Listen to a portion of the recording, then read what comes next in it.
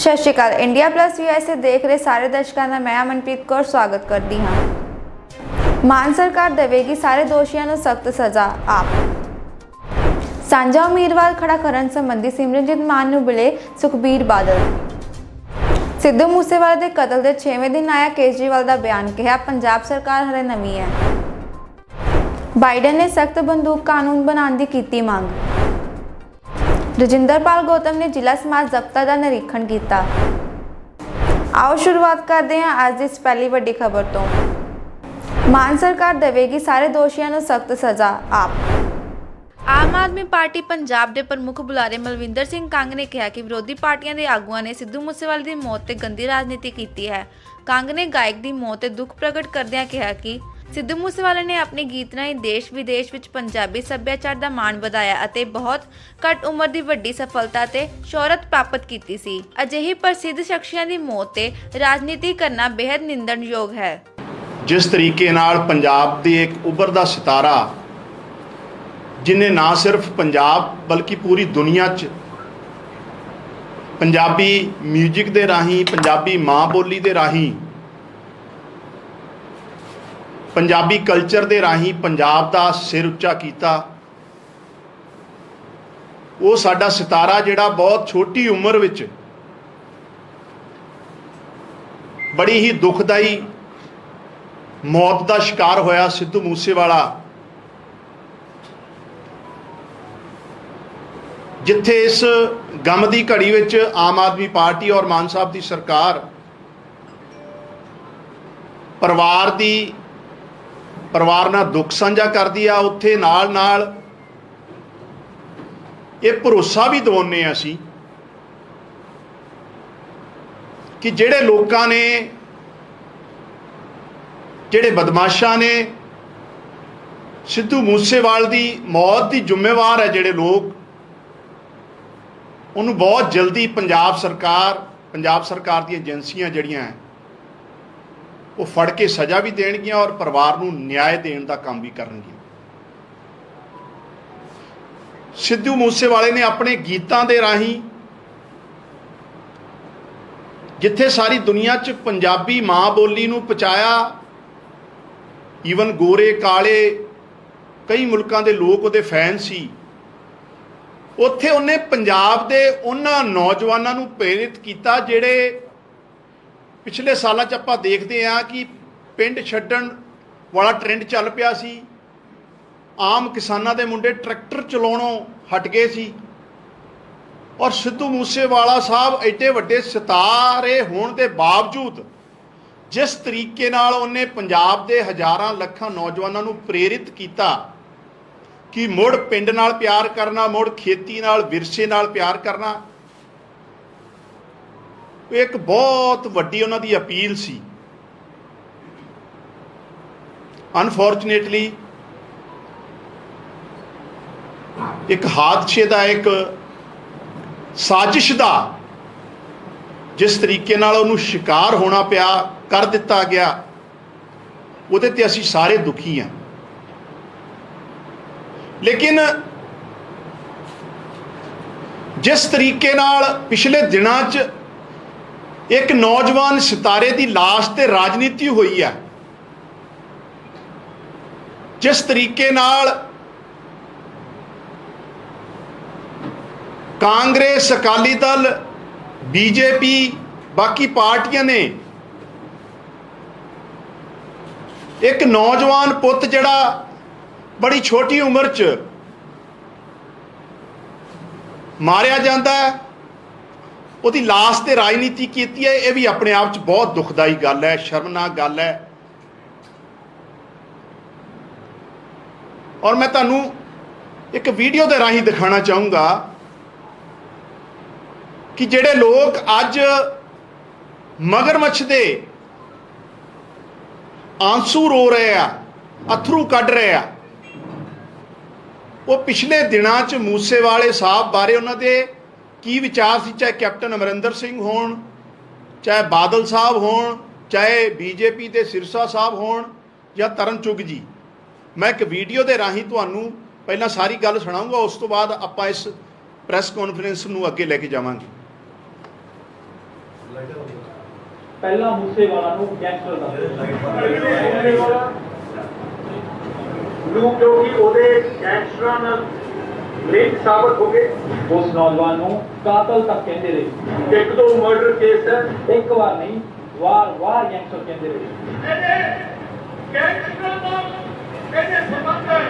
ਅੱਜ ਮੂਸੇਵਾਲਾ ਨੂੰ ਕਿਹਨਾਂ ਲੈ ਕੇ ਆਏ ਤੇ ਇਹਦਾ ਗੈਂਗਸਟਰ ਦੀ ਟੈਸਟ ਲੱਗਣਾ 2020 ਜਿਹੜਾ ਮੁੰਡਾ ਪਿੰਡਰਾਲੇ ਦੀ ਫੋਟੋ ਪਾਉਂਦਾ, ਪਿੰਡਰਾਲੇ ਦੀ ਵੀਡੀਓ ਪਾਉਂਦਾ, ਦੇਸ਼ ਦੇ ਤੋੜਨ ਦੀ ਗੱਲਬਾਤ ਕਰਦਾ, ਉਸ ਮੂਸੇਵਾਲਾ ਨੂੰ ਅੱਜ ਜੁਆਇਨ ਕਰਾ ਕੇ ਪੰਜਾਬ ਦੇ ਅੰਦਰ ਗੈਂਗਸਟਰ ਬੰਦੂਕ ਸੰਸਕ੍ਰਿਤੀ ਨੂੰ ਹਵਾ मैं चाहता कि सिद्धू मूसेवाले जैसे आदमी को कभी कांग्रेस को इस तरह से प्रमोट करके और ये दिखा दिए ये ठीक है। ਤੇ ਅੱਜ ਮਗਰਮੱਛ ਦੇ ਹੰਝੂ ਕੱਢ ਕੇ ਪੂਰਾ ਡਰਾਮਾ ਕਰ ਰਹੇ ਨੇ ਕਈ ਸਿਆਸੀ ਲੀਡਰ।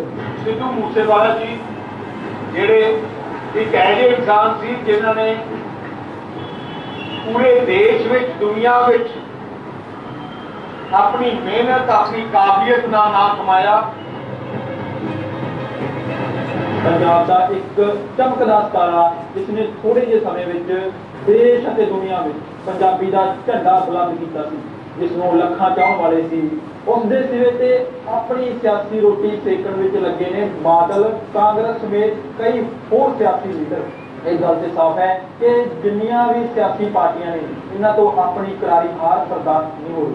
ਜਦ ਦੀ ਨਵੀਂ ਸਰਕਾਰ ਪੰਜਾਬ ਵਿੱਚ ਬਣੀ ਹੈ, ਕਈ ਸਿਆਸੀ ਲੀਡਰਾਂ ਦੇ ਨਾ ਸਿਰਫ ਗੈਰ ਕਾਨੂੰਨੀ ਧੰਦੇ ਬੰਦ ਹੋਏ ਨੇ, ਸਗੋਂ ਜਨਤਾ ਦੇ ਟੈਕਸ ਦੇ ਪੈਸੇ ਤੇ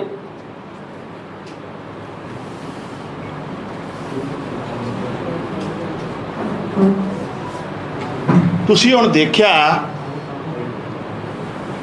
ਵੀ ਜਿਹੜੇ ਸੁਖਬੀਰ ਸਿੰਘ ਬਾਦਲ ਸਿੱਧੂ ਮੂਸੇਵਾਲਾ ਸਾਹਿਬ ਨੂੰ ਕਾਤਲ ਕਹਿੰਦੇ ਸੀ, ਕੈਪਟਨ ਅਮਰਿੰਦਰ ਸਿੰਘ ਉਹਨੂੰ ਗੈਂਗਸਟਰ ਕਹਿ ਰਹੇ ਆ, ਔਰ ਬੀਜੇਪੀ ਦੇ ਲੀਡਰ ਸਿਰਸਾ ਸਾਹਿਬ ਗੈਂਗਸਟਰ ਕਹਿ ਰਹੇ ਆ, ਤੇ ਤਰੁਣ ਚੁੱਗ ਜਿਹੜੇ ਬੀਜੇਪੀ ਦੇ ਲੀਡਰ ਹੈ ਉਹ ਸਿੱਧੂ ਮੂਸੇਵਾਲਾ ਸਾਹਿਬ ਨੂੰ ਐਂਟੀ ਨੈਸ਼ਨਲ ਤੱਕ ਦੱਸ ਰਿਹਾ, ਖਾਲਿਸਤਾਨੀ ਦੱਸ ਰਿਹਾ, ਦੇਸ਼ ਨੂੰ ਤੋੜਨ ਵਾਲਾ ਦੱਸ ਰਿਹਾ।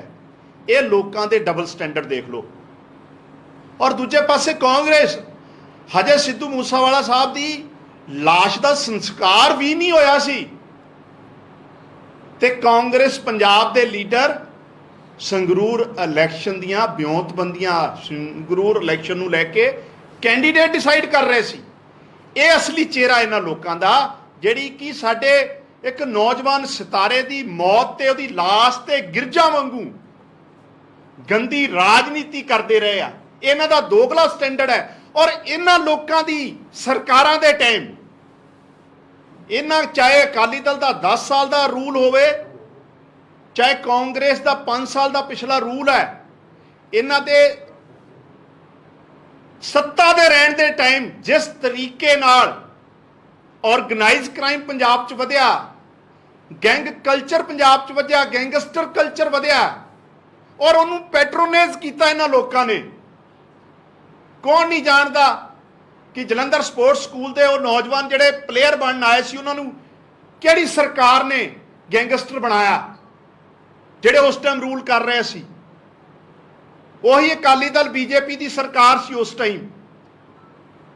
ਉਹੀ ਬੀਜੇਪੀ ਅਕਾਲੀ ਦਲ ਦੀ ਸਰਕਾਰ ਔਰ ਕਾਂਗਰਸ ਦੀ ਸਰਕਾਰ ਕਿਸ ਤਰੀਕੇ ਨਾਲ ਡੀਏਵੀ ਕਾਲਜ ਦੇ ਸਟੂਡੈਂਟ ਯੂਨੀਅਨ ਦੇ ਲੀਡਰਾਂ ਨੂੰ ਗੈਂਗਸਟਰ ਬਣਾਉਂਦੀ ਆ, ਬਣਾਉਣ ਨੂੰ ਮਜਬੂਰ ਕਰਦੀ ਆ, ਪੈਟਰੋਨਾਈਜ਼ ਕਰਦੀ ਆ। ਔਰ ਅੱਜ ਜਦੋਂ ਸਰਦਾਰ ਭਗਵੰਤ ਸਿੰਘ ਮਾਨ, ਮਾਨਯੋਗ ਪੰਜਾਬ ਦੇ ਮੁੱਖ ਮੰਤਰੀ ਨੇ, ਜਦੋਂ ਇੱਕ ਮੁਹਿੰਮ ਵਿੱਢੀ ਹੋਈ ਹੈ ਕਿ ਪੰਜਾਬ 'ਚ ਲੀਗਲ ਰੇਤਾ ਦੀ ਖੱਡ ਨਹੀਂ ਚੱਲਣ ਦੇਣੀ, ਪੰਜਾਬ 'ਚ ਰਸੂਖਦਾਰਾਂ ਨੂੰ ਪੰਜਾਬ ਦੀਆਂ ਜ਼ਮੀਨਾਂ ਨਹੀਂ ਲੁੱਟਣ ਦੇਣੀਆਂ, ਇੱਕ ਐਂਟੀ ਕਰਪਸ਼ਨ ਮੁਹਿੰਮ ਸ਼ੁਰੂ ਕਰਤੀ। ਸਾਂਝਾ ਉਮੀਦਵਾਰ ਖੜਾ ਕਰਨ ਸੰਬੰਧੀ ਸਿਮਰਨਜੀਤ ਮਾਨ ਨੂੰ ਮਿਲੇ ਸੁਖਬੀਰ ਬਾਦਲ। ਸ਼੍ਰੋਮਣੀ ਅਕਾਲੀ ਦਲ ਦੇ ਪ੍ਰਧਾਨ ਸੁਖਬੀਰ ਸਿੰਘ ਬਾਦਲ ਨੇ ਸ਼੍ਰੋਮਣੀ ਅਕਾਲੀ ਦਲ ਦੇ ਪ੍ਰਧਾਨ ਸਿਮਰਨਜੀਤ ਸਿੰਘ ਮਾਨ ਨਾਲ ਉਹਨਾਂ ਦੇ ਨਿਵਾਸ ਸਥਾਨ ਤੇ ਮੁਲਾਕਾਤ ਕੀਤੀ। ਇਸ ਦੌਰਾਨ ਉਹਨਾਂ ਨਾਲ ਸੰਗਰੂਰ ਲੋਕ ਸਭਾ ਹਲਕੇ ਦੀ ਜ਼ਿਮਨੀ ਚੋਣ ਲਈ ਸਾਰੇ ਪੱਧਰ ਧਿਰਾਂ ਦਾ ਸਾਂਝਾ ਉਮੀਦਵਾਰ ਖੜਾ ਕਰਨ ਬਾਰੇ ਗੱਲਬਾਤ ਕੀਤੀ। ਇਹ ਪੱਧਰ ਉਮੀਦਵਾਰ ਪਿਛਲੇ ਲੰਬੇ ਸਮੇਂ ਤੋਂ ਜੇਲ੍ਹਾਂ 'ਚ ਬੰਦ ਬੰਦੀ ਸਿੰਘਾਂ ਤੇ ਪਰਿਵਾਰਕ ਮੈਂਬਰਾਂ 'ਚ ਹੋਵੇ ਬਾਰੇ ਖੁੱਲ੍ਹ ਕੇ ਵਿਚਾਰਾਂ ਹੋਈਆਂ। ਉਹਨਾਂ ਯਤਨਾਂ ਦੇ ਵਿੱਚ 11 ਤਰੀਕ ਨੂੰ ਪਿਛਲੀ ਨੂੰ ਤੇਜਾ ਸਿੰਘ ਸਮੁੰਦਰੀ ਹਾਲ ਦੇ ਵਿੱਚ ਸਮੂਹ ਜਥੇਬੰਦੀਆਂ ਸਾਰੀਆਂ ਇਕੱਠੀਆਂ ਹੋਈਆਂ ਔਰ ਉਸ ਇਕੱਠ ਦੇ ਵਿੱਚ ਇੱਕ ਸੁਰਤਾ ਦਾ ਬੜਾ ਵੱਡਾ ਸਬੂਤ ਦਿੱਤਾ ਗਿਆ, ਜਿਹਦੇ ਵਿੱਚ ਸ਼੍ਰੋਮਣੀ ਅਕਾਲੀ ਦਲ ਦੇ ਪ੍ਰਧਾਨ ਸਰਦਾਰ ਸੁਖਬੀਰ ਸਿੰਘ ਜੀ ਬਾਦਲ, ਸ਼੍ਰੋਮਣੀ ਅਕਾਲੀ ਦਲ ਅੰਮ੍ਰਿਤਸਰ ਦੇ ਪ੍ਰਧਾਨ ਸਰਦਾਰ ਸਿਮਰਜੀਤ ਸਿੰਘ ਜੀ ਮਾਨ ਤੇ ਹੋਰ ਜਥੇਬੰਦੀਆਂ, ਸਿੱਖ ਜਥੇਬੰਦੀਆਂ, ਸੰਪਰਦਾਵਾਂ, ਨਿਹੰਗ ਸਿੰਘ ਤੇ ਦਮਦਮੀ ਟਕਸਾਲ ਸਾਰੇ ਇਕੱਠੇ ਹੋਏ ਸੀ। ਉਹਦੀ ਇੱਕ ਫਿਰ 11 ਮੈਂਬਰੀ ਕਮੇਟੀ ਜਿਹੜੀ ਉਹ ਬਣਾਈ ਸੀ, ਜਿਹਦੀ 19 ਤਰੀਕ ਨੂੰ ਮੀਟਿੰਗ ਹੋਈ ਸੀ ਤੇ 19 ਤਰੀਕ ਨੂੰ ਇਹ ਫੈਸਲਾ ਹੋਇਆ ਸੀ ਕਿ ਆਪਾਂ ਸਮੂਹਿਕ ਤੌਰ ਤੇ ਪ੍ਰਧਾਨ ਮੰਤਰੀ ਨੂੰ, ਹੋਮ ਮਿਨਿਸਟਰ ਨੂੰ ਤੇ ਵੱਖ-ਵੱਖ ਸਟੇਟਾਂ ਦੇ ਜਿਹੜੇ ਚੀਫ ਮਿਨਿਸਟਰ ਸਾਹਿਬਾਨ ਉਹਨਾਂ ਨੂੰ ਮਿਲੀਏ। ਸੋ ਮੀਨਵਾਈਲ ਲਈ ਸਾਨੂੰ ਹਾਲੇ ਤੱਕ ਉਹਨਾਂ ਦਾ ਕੋਈ ਜਵਾਬ ਨਹੀਂ। ਉਹ ਤਾਂ ਸਾਡਾ ਪੋਰਟਲ ਰਾਹੀਂ ਆ ਗਏ ਤੇ ਰਸੀਟ ਹੋ ਗਈ ਆ, ਪਰ ਕੋਈ ਸਾਨੂੰ ਅੱਜ ਤੱਕ ਡੇਟ ਨਹੀਂ ਕੋਈ ਵੀ ਮਿਲੀ। ਤੇ ਅੱਜ ਸਮੂਹਿਕ ਤੌਰ ਤੇ ਉਸੇ ਕੰਸਟਰਕਟ ਦੇ ਵਿੱਚ ਜਥੇਦਾਰ ਅਕਾਲ ਤਖਤ ਨੇ ਫਿਰ ਅਪੀਲ ਕੀਤੀ ਕਿ ਸਮੁੱਚਾ ਪੰਥ ਇੱਕ ਥਾਂ ਇਕੱਤਰ ਹੋ ਕੇ ਸੰਗਰੂਰ ਦੀ 22 ਇਲੈਕਸ਼ਨ ਦੇ ਵਿੱਚ ਉਹਨਾਂ ਬੰਦੀ ਸਿੰਘਾਂ ਲਈ ਤੇ ਸਮੂਹਿਕ ਤੌਰ ਤੇ ਇੱਕ ਸੁਰਤਾ ਦੇ ਲਈ ਇਕੱਤਰ ਹੋ ਕੇ ਸਾਰੇ ਆਪਣੇ ਇੱਕ ਥਾਂ ਇਲੈਕਸ਼ਨ ਲੜਨ। ਸੋ ਅੱਜ ਸ਼੍ਰੋਮਣੀ ਅਕਾਲੀ ਦਲ ਦੇ ਪ੍ਰਧਾਨ ਸਾਹਿਬ ਸਰਦਾਰ ਸੁਖਬੀਰ ਸਿੰਘ ਜੀ ਬਾਦਲ, ਸਾਡੇ ਸੀਨੀਅਰ ਆਗੂ ਸਰਦਾਰ ਬਲਵਿੰਦਰ ਸਿੰਘ ਜੀ ਭੁੰਦੜ, ਸਰਦਾਰ ਪ੍ਰੇਮ ਸਿੰਘ ਜੀ ਚੰਦੂਮਾਜਰਾ ਸਾਡੇ ਸੀਨੀਅਰ ਆਗੂ ਤੇ ਦਾਸ ਦੀ ਡਿਊਟੀ ਲੱਗੀ ਸੀ। ਅਸੀਂ ਮਾਨ ਸਾਹਿਬ ਨਾਲ ਬੈਠ ਕੇ ਵਿਚਾਰ ਕੀਤੀ ਆ ਔਰ ਇਸ ਵਿਚਾਰ ਦੇ ਵਿੱਚ ਅਸੀਂ ਇਹ ਵੀ ਇਹਨਾਂ ਨੂੰ ਬੇਨਤੀ ਕੀਤੀ ਕਿ ਆਪਾਂ ਸਾਰੇ ਇਕੱਠੇ ਹੋ ਕੇ, ਕਿਉਂਕਿ ਇਹ ਵੀ ਵੇਚਿਆ, ਇੱਕ ਸੁਰਤਾ ਦੇ ਨਾਲ ਇੱਕ ਕੈਂਡੀਡੇਟ ਦਈਏ। ਸੋ ਇਹਨਾਂ ਦੇ ਨਾਲ ਅੰਦਰ ਬੈਠ ਕੇ ਸਾਰੀ ਵਿਚਾਰ ਹੋਈ ਆ। ਇਹ ਵੀ ਹੁਣ ਆਪਣੀ ਵਿਚਾਰ ਪਾਰਟੀ ਨਾਲ ਕਰ ਲੈਣਗੇ। ਸਾਡੀ ਪਾਰਟੀ ਵੱਲੋਂ ਤੇ ਅਕਾਲ ਤਖਤ ਦੇ ਨਿਰਦੇਸ਼ਾਂ ਅਨੁਸਾਰ ਸ਼੍ਰੋਮਣੀ ਗੁਰਦੁਆਰਾ ਪ੍ਰਬੰਧਕ ਕਮੇਟੀ ਦੀ ਜੋ ਮੇਰੀ ਸੇਵਾ ਲਾਈ ਸੀ, ਉਹਦੇ ਤਹਿਤ ਬੈਠ ਕੇ ਅਸੀਂ ਅੱਜ ਵਿਚਾਰਾਂ ਕੀਤੀਆਂ, ਕਿਉਂਕਿ 6 ਤਰੀਕ ਤੱਕ ਨੋਮੀਨੇਸ਼ਨ ਹੋਣੀ ਆ ਤੇ ਸਰਦਾਰ ਸਿਮਰਜੀਤ ਸਿੰਘ ਮਾਨ ਸਾਡੇ ਸਿੱਖ ਕੌਮ ਦੇ ਸਰਕਰਦਾ ਬਹੁਤ ਵੱਡੇ ਆਗੂ ਵੀ ਆ, ਜਿਹੜੇ ਲੰਬੇ ਅਰਸੇ ਤੋਂ ਆਪ ਵੀ ਜਿਸ ਵੇਲੇ ਇਲੈਕਸ਼ਨ ਲੜੀ ਤੇ ਜੇਲ੍ਹ ਦੇ ਵਿੱਚ ਸੀ ਤੇ ਉਦੋਂ ਲਗਭਗ ਪੌਣੇ 5 ਲੱਖ ਦੇ ਮਾਰਜਨ ਦੇ ਨਾਲ ਜਿਤਾ ਕੇ ਇਹਨਾਂ ਨੂੰ ਕੌਮ ਨੇ MP ਬਣਾਇਆ ਸੀ। ਸੋ ਉਸੇ ਤਰਜ਼ ਤੇ ਅਸੀਂ ਅੱਜ ਵੀ ਯਤਨ ਕਰ ਰਹੇ ਹਾਂ ਕਿ ਜਿਹੜੇ 30 32 ਸਾਲ ਦੇ ਅੰਦਰ ਬੈਠੇ ਸਿੰਘ, ਉਹਨਾਂ ਦੀ ਰਿਹਾਈ ਵਾਸਤੇ ਸਮੁੱਚੇ ਤੌਰ ਤੇ ਪੰਥ ਇੱਕ ਥਾਂ ਇਕੱਤਰ ਹੋ ਕੇ ਇੱਕ ਕੈਂਡੀਡੇਟ ਦੇਵੇ। ਸੋ ਅਸੀਂ ਕੁਝ ਇਹਨਾਂ ਦੇ ਨਾਲ ਵਿਚਾਰਾਂ ਕੀਤੀਆਂ, ਉਹ ਹੁਣੇ ਆਉਂਦੇ 1-2 ਦਿਨਾਂ ਦੇ ਵਿੱਚ ਜਿਹੜੀਆਂ ਸਾਰੀਆਂ ਸਿੱਧੂ ਮੂਸੇਵਾਲੇ ਦੇ ਕਤਲ ਦੇ 6ਵੇਂ ਦਿਨ ਆਇਆ ਕੇਜਰੀਵਾਲ ਦਾ ਬਿਆਨ, ਕਿਹਾ ਪੰਜਾਬ ਸਰਕਾਰ ਹਰੇ ਨਵੀਂ ਹੈ। ਪੰਜਾਬੀ ਸਿੰਗਰ ਸਿੱਧੂ ਮੂਸੇਵਾਲੇ ਦੇ ਕਤਲ ਦੇ 6ਵੇਂ ਦਿਨ ਦਿੱਲੀ ਦੇ ਮੁੱਖ ਮੰਤਰੀ ਅਰਵਿੰਦ ਕੇਜਰੀਵਾਲ ਦਾ ਬਿਆਨ ਸਾਹਮਣੇ ਆਇਆ ਹੈ। ਕੇਜਰੀਵਾਲ ਨੇ ਕਿਹਾ ਕਿ ਸਿੱਧੂ ਮੂਸੇਵਾਲਾ ਜੀ ਦਾ ਕਤਲ ਬੇहद ਅਫਸੋਸ ਵਾਲੀ ਗੱਲ ਹੈ। ਉਹਨਾਂ ਕਿਹਾ ਕਿ ਪੰਜਾਬ ਦੇ ਮੁੱਖ ਮੰਤਰੀ ਕਹਿ ਚੁੱਕੇ ਹਨ ਕਿ ਪੂਰੀ ਕੋਸ਼ਿਸ਼ ਜਾਰੀ ਹੈ ਅਤੇ ਭਰੋਸਾ ਜਤਾਉਂਦੇ ਹਾਂ ਕਿ ਦੋਸ਼ੀਆਂ ਨੂੰ ਫੜ ਕੇ ਸਖਤ ਤੋਂ ਸਖਤ ਸਜ਼ਾ ਦਿਵਾਵਾਂਗੇ। ਪੰਜਾਬ ਦੀ ਸਰਕਾਰ ਨਵੀਂ ਹੈ, ਪਰ ਉਹ ਮਸਲੇ ਨੂੰ ਹੱਲ ਕਰਨ ਲਈ ਪੂਰੀ ਕੋਸ਼ਿਸ਼ ਕਰ ਰਹੀ ਹੈ। ਕੇਜਰੀਵਾਲ ਨੇ ਕਿਹਾ ਕਿ ਇਸ ਤੋਂ ਪਹਿਲਾਂ ਪਟਿਆਲਾ ਹਿੰਸਾ ਅਤੇ ਮੋਹਾਲੀ ਬੰਬ ਧਮਾਕੇ ਦੀ ਘਟਨਾ ਹੋਈ ਸੀ, ਜਿਸ ਨੂੰ 24 ਜਾਂ 28 ਘੰਟਿਆਂ 'ਚ ਹੱਲ ਕਰ ਲਿਆ ਗਿਆ ਸੀ। ਹਾਲੇ ਸਰਕਾਰ ਨਵੀਂ ਹੈ, ਉਹ ਪੂਰੀ ਕੋਸ਼ਿਸ਼ ਕਰ ਰਹੀ ਹੈ। ਵਿਰੋਧੀ ਪਾਰਟੀ ਅਤੇ ਸਾਨੂੰ ਮਿਲ ਕੇ ਪੰਜਾਬ ਨੂੰ ਅੱਗੇ ਵਧਾਉਣਾ ਹੈ, राजनीति नहीं करनी चाहिए है। देखिए, मेरा अपना मानना है कि जो भी घटनाएं घटी हैं उसके ऊपर राजनीति नहीं होनी चाहिए, गलत बात है। अभी जैसे सिद्धू मूसेवाले जी की हत्या की गई, वो एक बेहद अफसोस वाली बात थी और उसके लिए पंजाब सरकार, पंजाब के मुख्यमंत्री ऑलरेडी कह चुके हैं कि पूरी कोशिश जारी है और हम विश्वास दिलाते हैं कि दोषियों को पकड़ के कड़ी से कड़ी सज़ा दिलवाएंगे। इसके पहले 2 इंसिडेंट्स हुए थे। पटियाला का हुआ था, एक वो bomb blast, Mohali bomb blast था, और जैसे ही हुए थे 24 से 48 घंटे के बीच में उसको सॉल्व कर लिया गया था। तो मैं समझता हूँ कि अभी नई सरकार है, नई सरकार पूरा प्रयास कर रही है, विपक्षी पार्टियों को भी और सब लोगों को मिलकर अपने को पंजाब को आगे बढ़ाना है, राजनीति नहीं करनी चाहिए। बाइडन ने सख्त बंदूक कानून बनाने की कीती मांग। अमेरिका के राष्ट्रपति जो बाइडन ने रात राष्ट्र ਨੂੰ ਸੰਬੋਧਨ ਕਰਦੇ ਹੋਏ ਸੰਸਦ ਨੂੰ ਬੰਦੂਕ ਕੰਟਰੋਲ ਦੀ ਦਿਸ਼ਾ ਵਿੱਚ ਪ੍ਰਭਾਵਸ਼ਾਲੀ ਕਦਮ ਚੁੱਕਣ ਦੀ ਅਪੀਲ ਕੀਤੀ।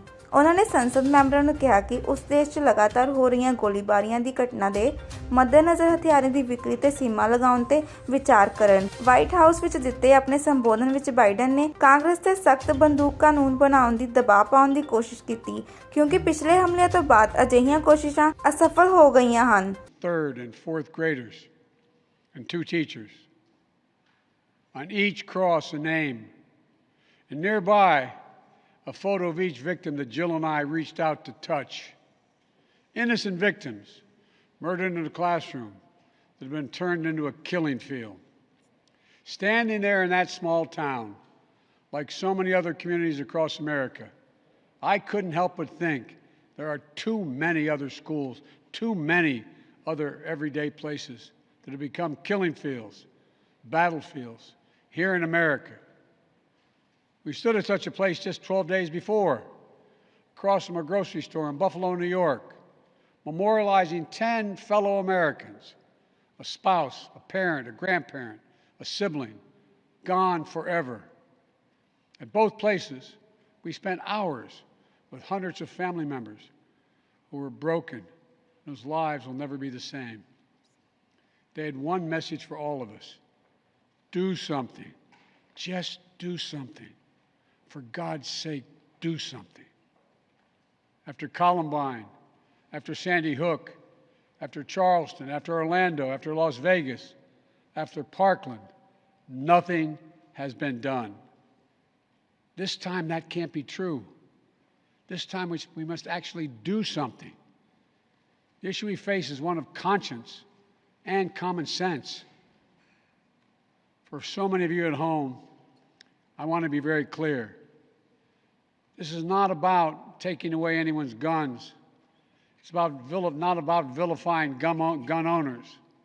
In fact, we believe we should be treating responsible gun owners as an example of how every gun owner should behave. I respect the culture and the tradition and the concerns of lawful gun owners. At the same time, the Second Amendment, like all other rights, is not absolute. It was Justice Scalia who wrote, and I quote, "Like most rights, the rights granted by the Second Amendment are not unlimited. Not unlimited. It never has been. There have always been limitations on what weapons you can own in America. For example, machine guns have been federally regulated for nearly 90 years, and this is still a free country. This isn't about taking away anyone's rights. It's about protecting children. It's about protecting families. It's about protecting whole communities. It's about protecting our freedom to go to school, to a grocery store, to a church, without being shot and killed." According to new data just released by the Center for Disease Control and Prevention, guns are the #1 killer of children in the United States of America. The #1 killer. More than car accidents, more than cancer. Over the last 2 decades, more school-age children have died from guns than on-duty police officers and active-duty military combined. Think about that. More kids than on-duty cops killed by guns. More kids than soldiers killed by guns. For God's sake, how much more carnage are we willing to accept? How many more innocent American lives must be taken before we say enough, enough? I know that we can't prevent every tragedy, but here's what I believe we have to do. Here's what the overwhelming majority of American people believe we must do. Here's what the families in Buffalo and Uvalde in Texas told us we must do. Rajinderpal Gautam ਨੇ ਜ਼ਿਲ੍ਹਾ ਸਮਾਜ ਦਫ਼ਤਰ ਦਾ ਨਿਰੀਖਣ ਕੀਤਾ। ਸਮਾਜ ਭਲਾਈ ਮੰਤਰੀ ਰਜਿੰਦਰਪਾਲ ਗੌਤਮ ਨੇ ਤਿਲਕ ਨਗਰ ਵਿੱਚ ਜ਼ਿਲ੍ਹਾ ਸਮਾਜ ਭਲਾਈ ਦਫ਼ਤਰ ਦਾ ਨਿਰੀਖਣ ਕੀਤਾ। ਰਜਿੰਦਰਪਾਲ ਗੌਤਮ ਨੇ ਪ੍ਰੈਸ ਕਾਨਫਰੰਸ ਨੂੰ ਸੰਬੋਧਨ ਕਰਦੇ ਹੋਏ ਕਿਹਾ ਕਿ ਮੈਂ ਤਾਂ ਦੌਰਾ ਕਰਦਾ ਹੀ ਰਹਿੰਦਾ ਹਾਂ, ਅੱਜ ਪਹਿਲੀ ਵਾਰ ਨਹੀਂ ਆਇਆ। ਇਹ ਦੌਰਾ ਜਨਤਾ ਦੇ ਵਿਕਾਸ ਲਈ ਬਹੁਤ ਜ਼ਰੂਰੀ ਹੁੰਦੇ ਹਨ। ਉਹਨਾਂ ਨੇ ਕਿਹਾ ਕਿ ਵਿਧਵਾ ਪੈਨਸ਼ਨ ਅਤੇ ਹੋਰ ਜਨਤਾ ਦੇ ਵਿਕਾਸ ਲਈ ਕੰਮ ਕਰਦੇ ਹਾਂ। तब से हमने ये कर दिया कि जब तक एप्लीकेशन विजिट नहीं करेगा तब तक हम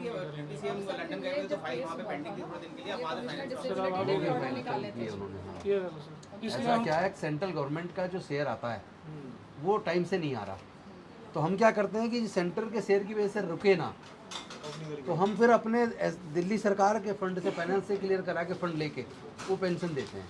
तो ऐसी कुछ पेंशन डिले हो जाती है कई बार, लेकिन सेंटर का तो आया ही नहीं अभी तक। हमने फाइनेंस से ले लिया है, कल ही डिप्टी सीएम से अप्रूव होकर आ गई फाइल, अब वो भी चला जाएगा। हाँ, मेरी रेज कितने केस हैं? ये कौन सा है?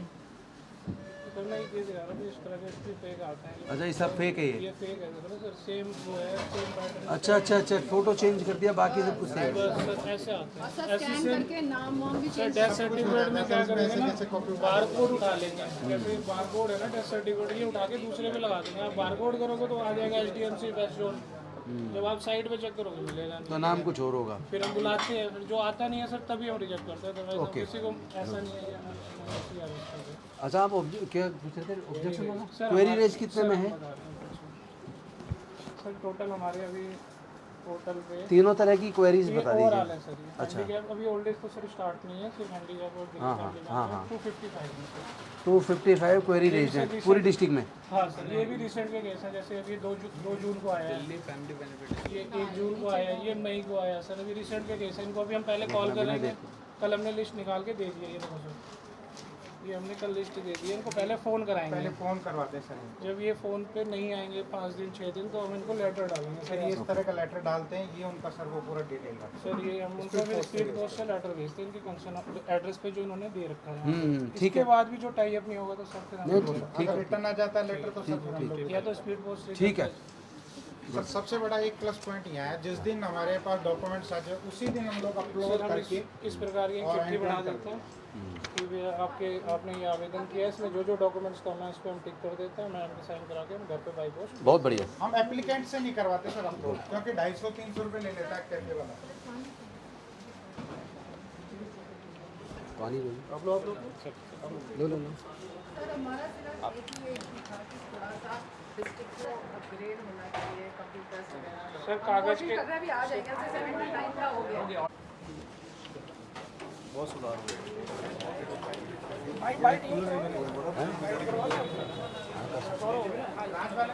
एक मेरे को काम है, आपको गाड़ी में बैठोगे 2 मिनट देके जाना।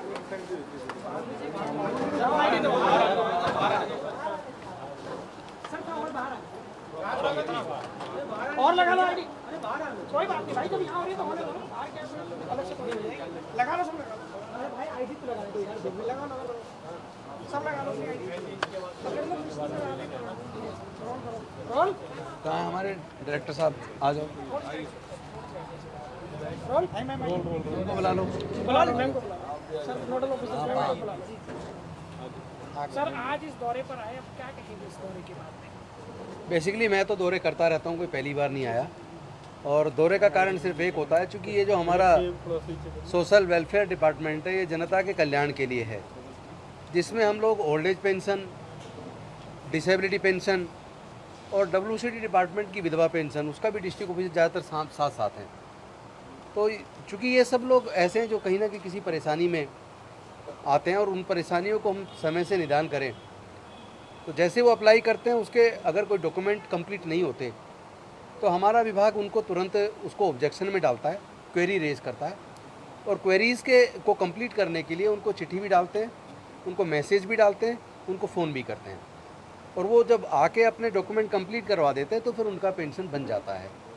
चाहे वो one time family benefit scheme हो, जो पति के डेथ पे इमीडिएट जो राहत दी जाती है, या चाहे ओल्ड एज पेंशन हो या डिसेबिलिटी पेंशन हो, तो अगर वो टाइम से आके अपने सारे डॉक्यूमेंट दे देते हैं, कंप्लीट कर देते हैं, तो फिर उनकी पेंशन बन जाती है।